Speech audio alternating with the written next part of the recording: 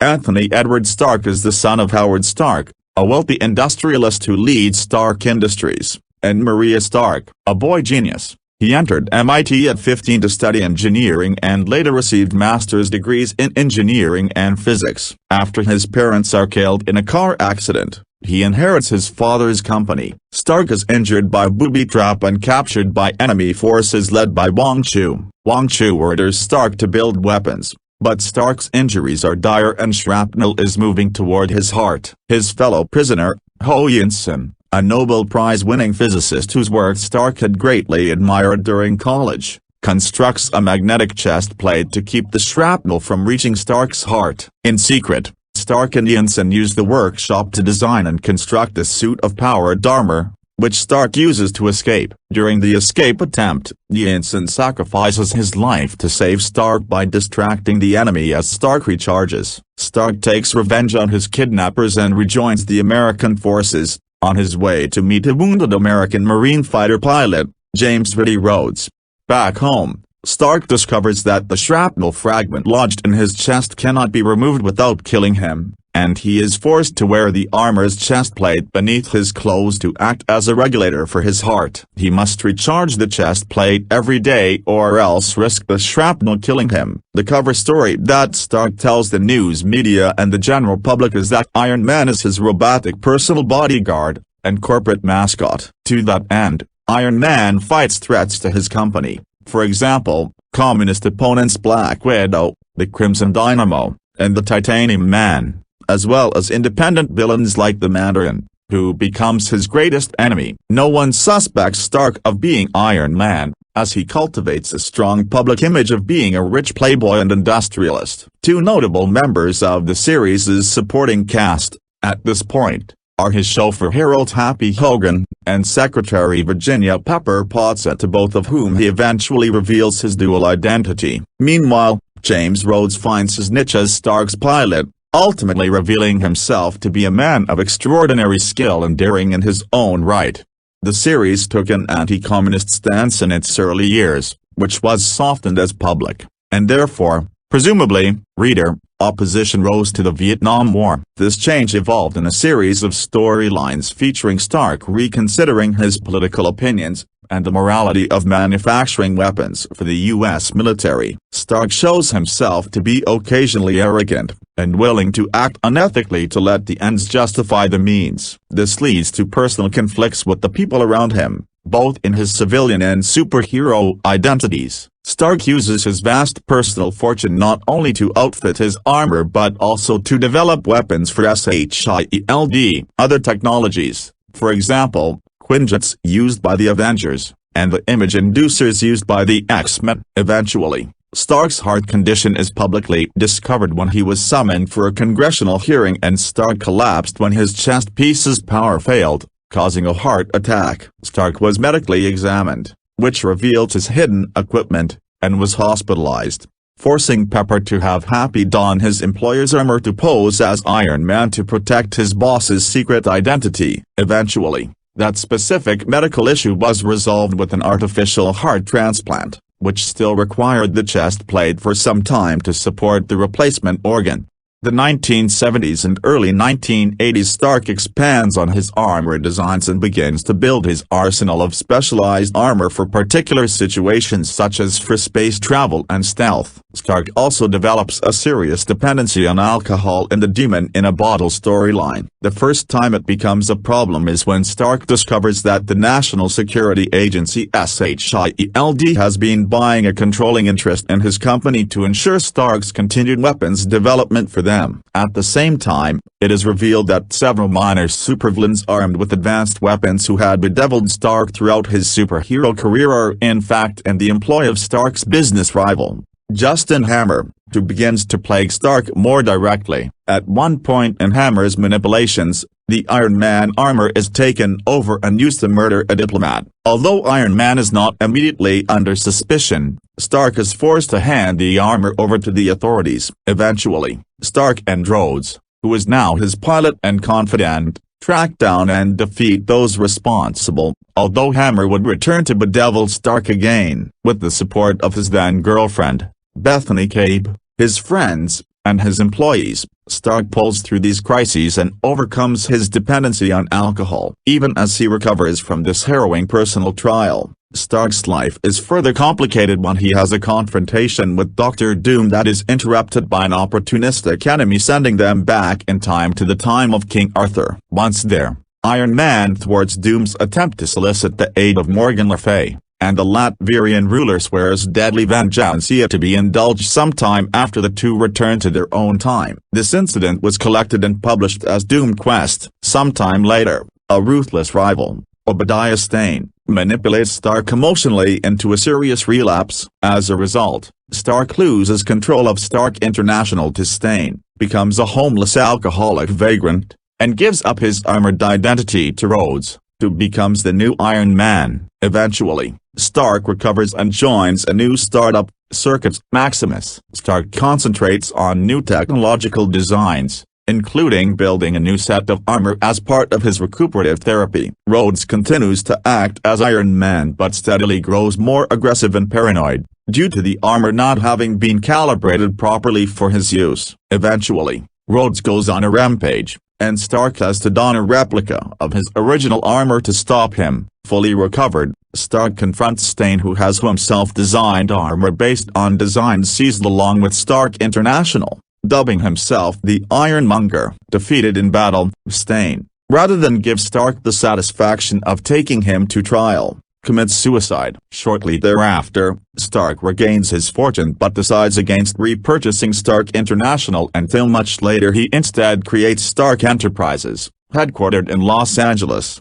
Late 1980s and 1990s. In an attempt to stop other people from misusing his designs, Stark goes about disabling other armored heroes and villains who are using suits based on Iron Man technology, the designs of which were stolen by his enemy Spymaster. His quest to destroy the stolen technology, originally called Stark Wars but is more commonly known as the Armor Wars, severely hurts his reputation as Iron Man. After attacking and disabling a series of minor villains such as Stiltman, he attacks and defeats the government operative known as Stingray. The situation worsens when Stark realizes that Stingray's armor does not incorporate any of his designs. He publicly fires Iron Man while covertly pursuing his agenda. He uses the cover story of wanting to help disable the rogue Iron Man to infiltrate and disable the armor of the SHIELD operatives known as the Mandroids, as well as the armor of the Guardsmen. In the process,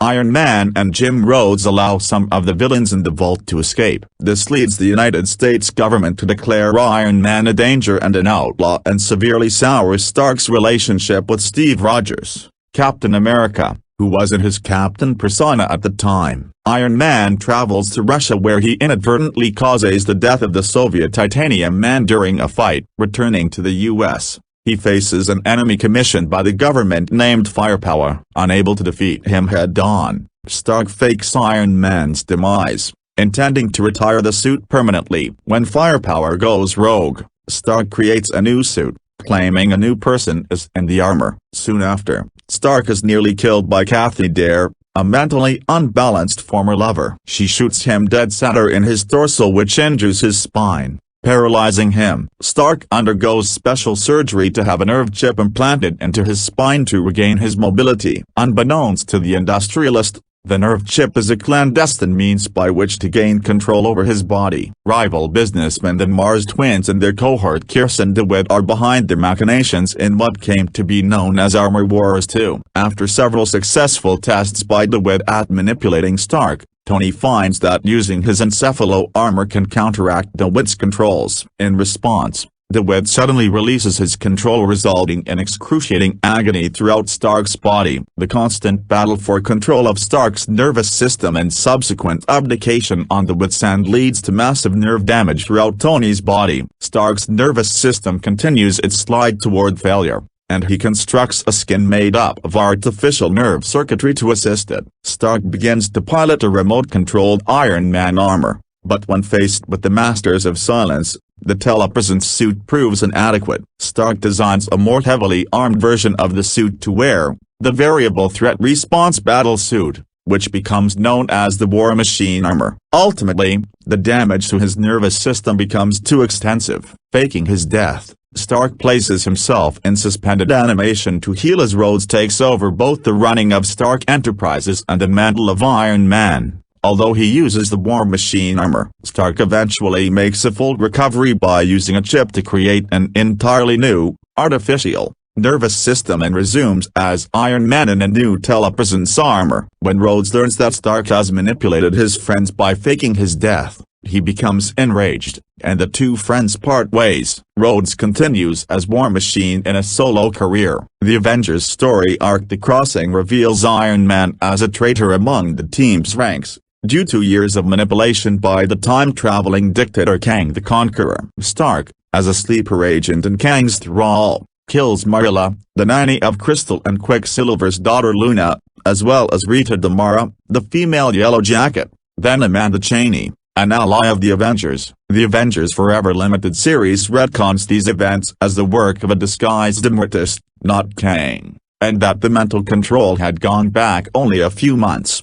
Needing help to defeat both Stark and Kang, the team travels back in time to recruit a teenaged Anthony Stark from an alternate timeline to assist them. The young Stark steals an Iron Man suit to aid the Avengers against his older self. The sight of his younger self shocks the older Stark enough for him to regain momentary control of his actions, and he sacrifices his life to stop Kang. The young Stark later builds his suit to become the new Iron Man and remains in the present day. During the battle with the creature called Onslaught, the teenage Stark dies, along with many other superheroes. Franklin Richards preserves these dead heroes in the Heroes Reborn Pocket Universe, in which Stark is once again an adult hero. Franklin recreates the heroes in the Pocket Universe in the forms he is most familiar with rather than what they are at the present. The reborn adult Stark, upon returning to the normal Marvel Universe, merges with the original Stark, who had died during the crossing but was resurrected by Franklin Richards. This new Anthony Stark possesses the memories of both the original and teenage Anthony Stark,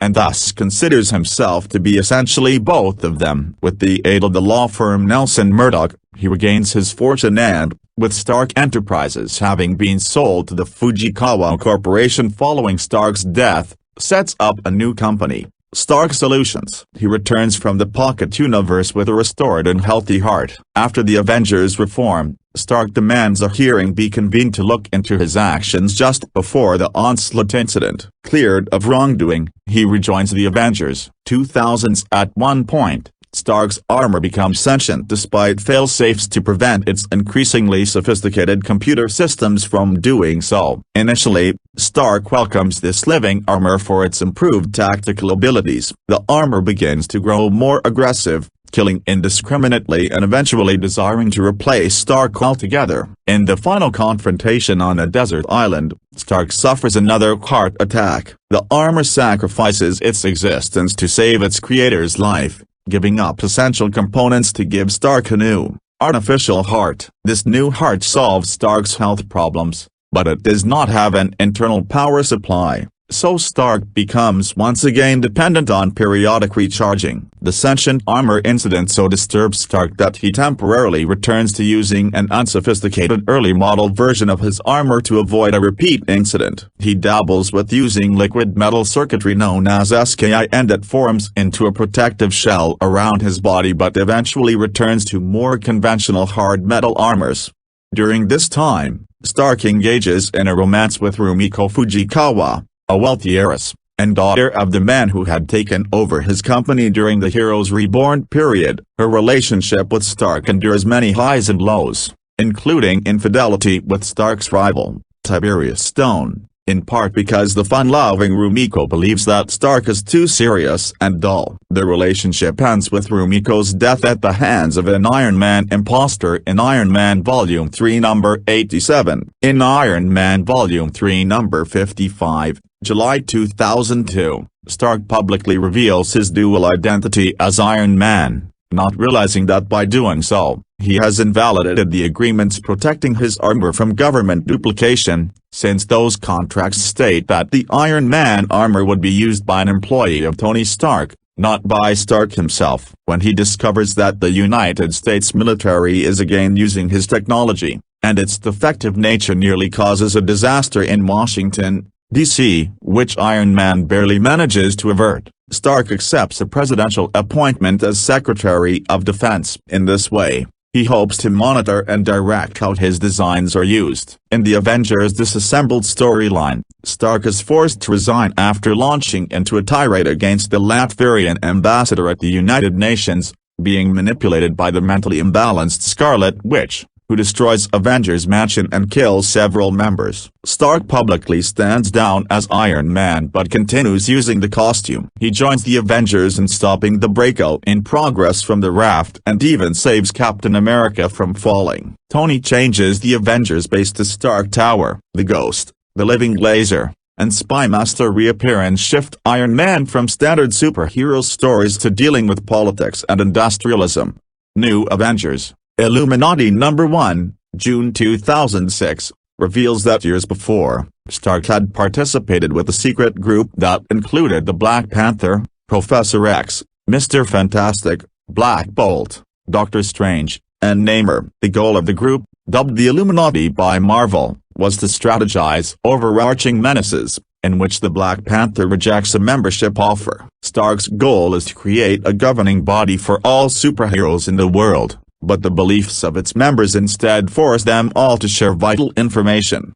Civil War. In the Civil War storyline, after the actions of inexperienced superheroes, the New Warriors destroy several city blocks in Stamford, Connecticut. There was an outcry across America against superhumans. Learning of the government's proposed plans, Tony Stark suggests a new plan to instigate a Superhuman Registration Act. The act would force every superpowered individual in the U.S. to register their identity with the government and act as a licensed agent. The act would force inexperienced superhumans to receive training in how to use and control their abilities, something in which Tony strongly believes. Since he struggled with alcoholism, Stark has carried a tremendous burden of guilt after nearly killing an innocent bystander while piloting the armor drunk. While Reed Richards and Dr. Henry Hank Pym both agree with Stark's proposal, not everyone does. After Captain America is ordered to bring in anyone who refuses to register, he and other anti-registration superheroes go rogue, coming into conflict with the pro-registration heroes, led by Iron Man. The war ends when Captain America surrenders to prevent further collateral damage and civilian casualties, although he had defeated Stark by defusing his armor. Stark is appointed the new director of SHIELD and organizes a new government-sanctioned group of Avengers. Shortly afterward, Captain America is assassinated while in custody. This leaves Stark with a great amount of guilt and misgivings about the cost of his victory. Secret Invasion. To tie into the 2008 Iron Man feature film, Marvel launched a new Iron Man ongoing series, The Invincible Iron Man, with writer Matt Fraction and artist Salvador Larroca. The series' inaugural 6-part storyline was The Five Nightmares, which saw Stark targeted by Ezekiel Stane, the son of Stark's former nemesis, Obadiah Stane.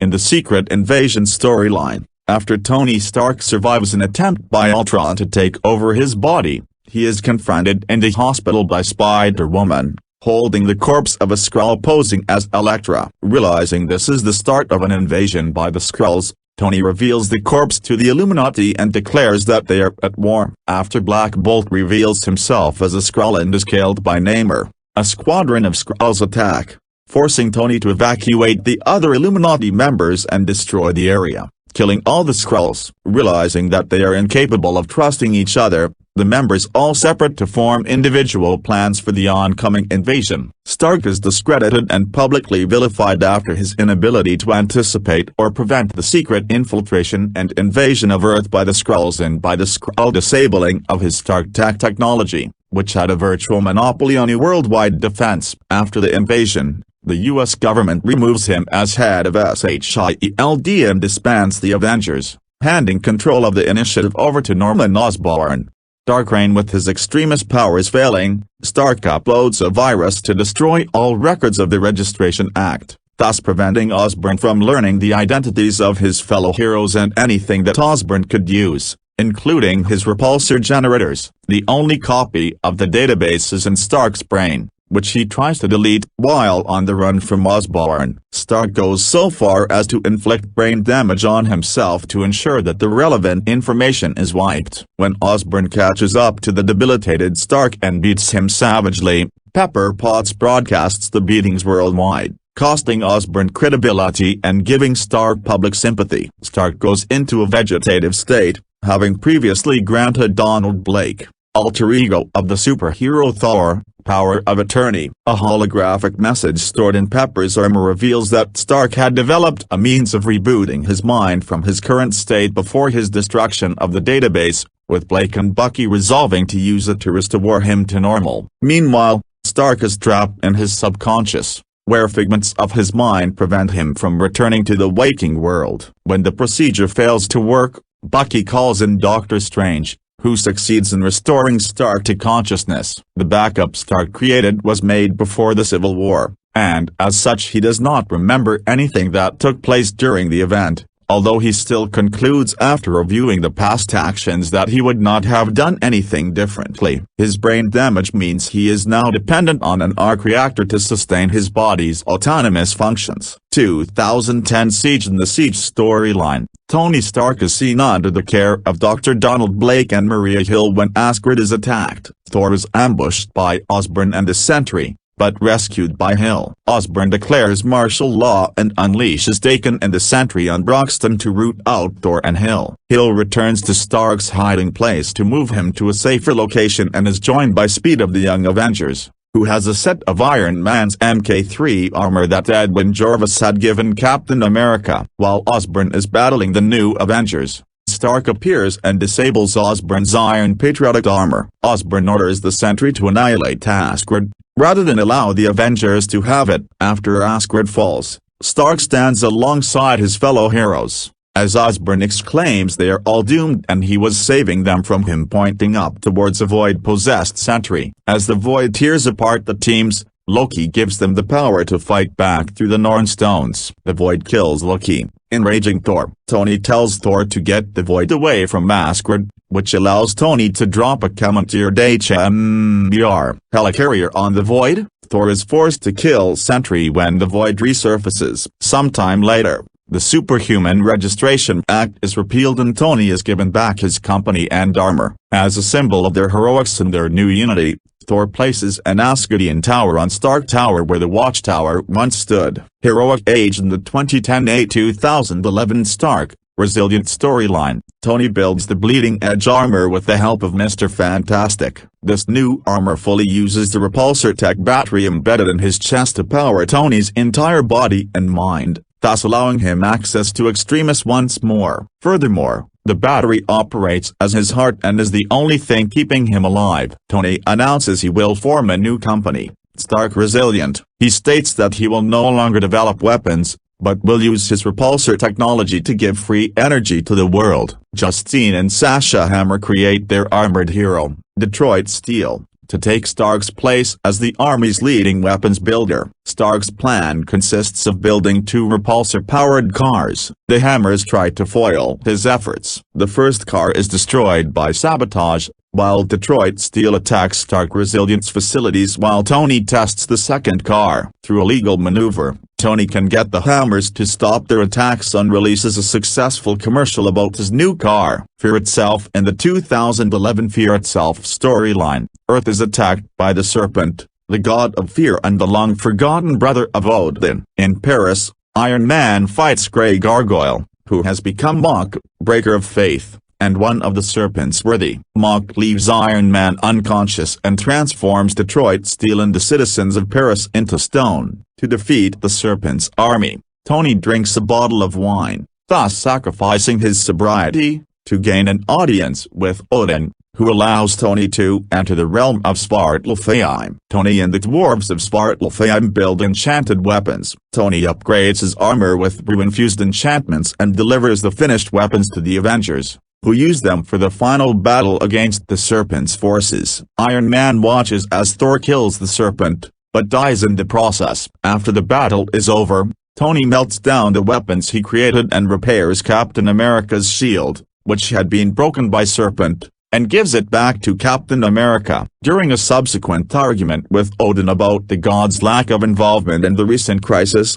Odin gives Tony a brief opportunity to see the vastness of the universe the way he sees it. As thanks for Tony's role in the recent crisis, Odin restores all the people that the Grey Gargoyle killed during his rampage. Return of the Mandarin and Marvel now. In the storylines Demon and the Long Way Down, Stark is subpoenaed by the U.S. government after evidence surfaces of him using the Iron Man armor while under the influence. Mandarin and Zeke upgrade some of Iron Man's old enemies and send them to commit acts of terrorism across the world, intending to discredit Iron Man. General Bruce Babbage forces Stark to wear Tech Governor, a device that allows Babbage to deactivate Stark's armor whenever he wants. To fight back, Tony undergoes a surgical procedure that expels the bleeding-edge technology out of his body and replaces his repulsor node with a new model, forcing Babbage to remove the Tech Governor off his chest. He announces his retirement as Iron Man, faking Rhodes' death and giving him new armor so that he becomes the new Iron Man. This leads into the next storyline,